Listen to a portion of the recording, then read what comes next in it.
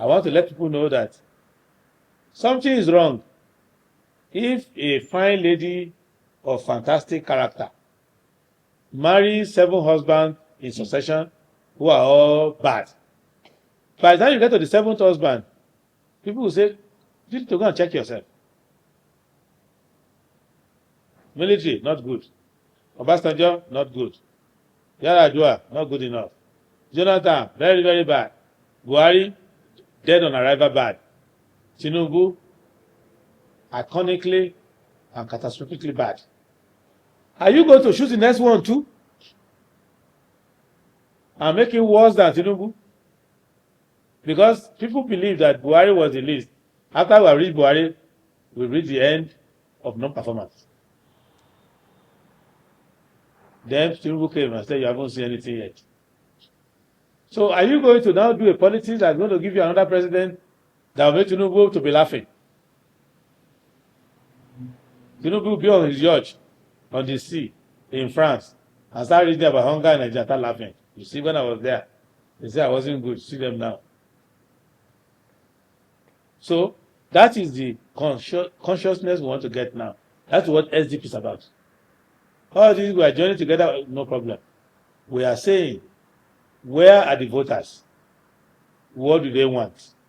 How do you have a country that has been looted dry like this and has 89 million voters and only 18 million will show up to vote?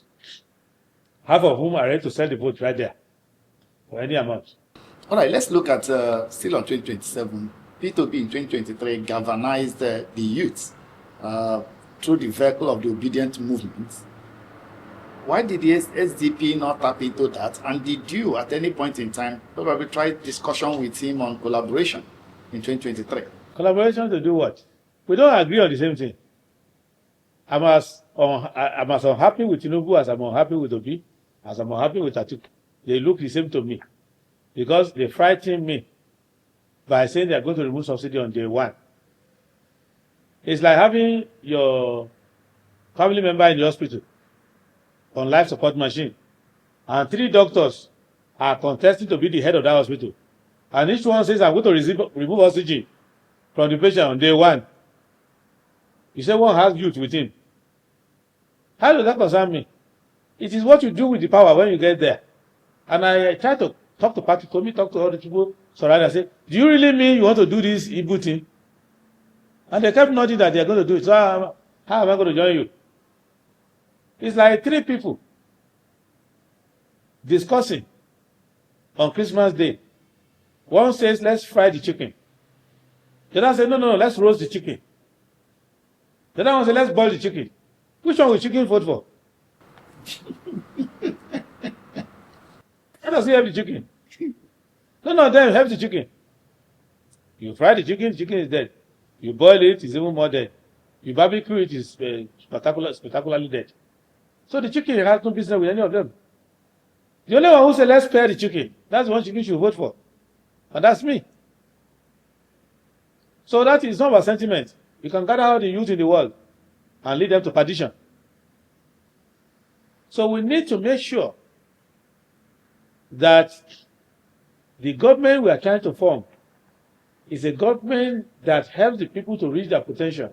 When I get angry about the money they are stealing, about the road they are not paving, about the education they are not giving, about health care they are not providing, about the nutrition that they are denying the people, about the poor infrastructure, and about the general cutting short of people's lives by all kinds of anti-people and anti-human and offenses against the human person. What I'm angry about is the talent they are killing in the country. The talent that they are killing in the country. I have a relative who lives in Lagos, still schooling in Lagos, produce drones that the US Army is using in Ukraine, and has not reached the age of 22. And the Nigerian government didn't know about him before. They knew about him recently when he had problem with the Egyptian government. And that's because he's my nephew. That's how I got to know. Do you know thousands of other young people? who will have been the brain box of our armed forces today. So they are letting our people miss opportunities. So it is not that I'm jealous that they are blowing siren.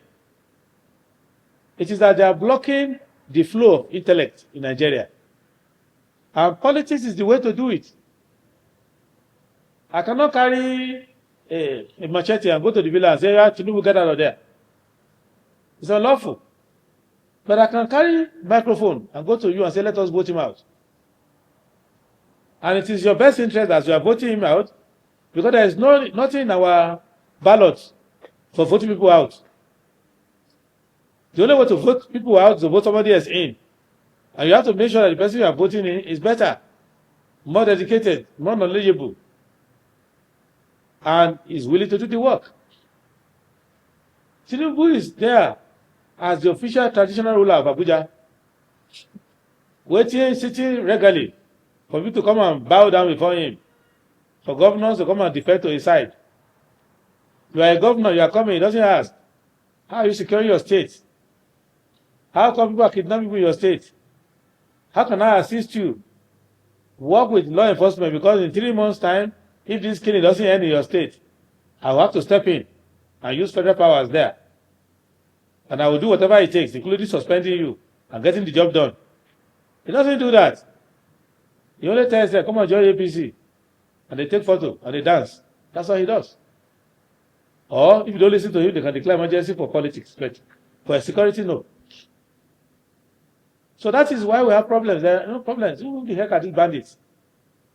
Are you not seeing them on TV carrying all those light weapons and some dead anti-aircraft useless things that they are carrying in their hand? If you carry that in front of proper soldiers, they will laugh at you. They're only using them to frighten the public. The government arranges them to show up like that so that you can say, "Hey, they're real low." So the terrorists are real, truly. There is no major in the Nigerian army that you show all those bandits that he will not laugh and sit down and say, "What kind of rubbish is this one now?" So should I finish this people off now or tomorrow morning? There is nobody. But they know that we are working for a government who is running insecurity as a program, as a manifesto. So we'll continue.